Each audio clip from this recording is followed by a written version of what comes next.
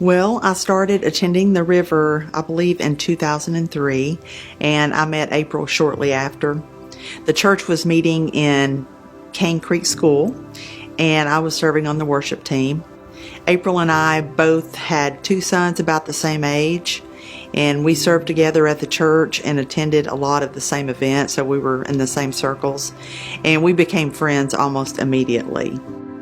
In about 2009, Lori and I started attending the same life group, and I vividly recall a time at life group where she said to me, "You don't know the things in my past." I was referring to my abortions, but I could never say it. She responded that we all have terrible things in our past. And I was specifically thinking about my abortion at that time.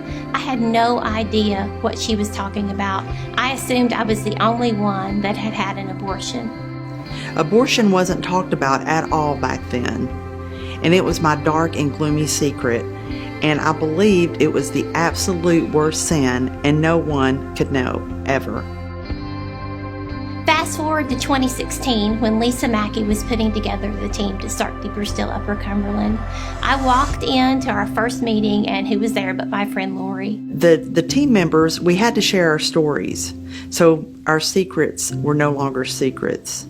My mind immediately flashed back to the time when we were doing life group together, and I didn't have the courage to tell her my deepest, darkest secret. You know, it was sad to me that as close as we were, we could never share our abortion experiences with each other. It just goes to show how Satan wants to separate and divide us, because now Lori and I serve on this amazing Deeper Still team that we have witnessed God's amazing healing of men and women from their past abortions. To those that have had an abortion in their past, you are not alone. And if you've accepted Jesus as your Savior, He has forgiven you, but you also need to forgive yourself. The wounds from abortion are so deep and affect so many areas of your life. You're unable to move on and forgive yourself.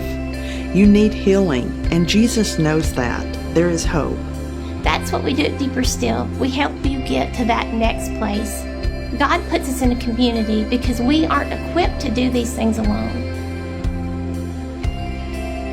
I'm so blessed now to be serving with Deeper Still and witnessing men and women being healed from past abortions.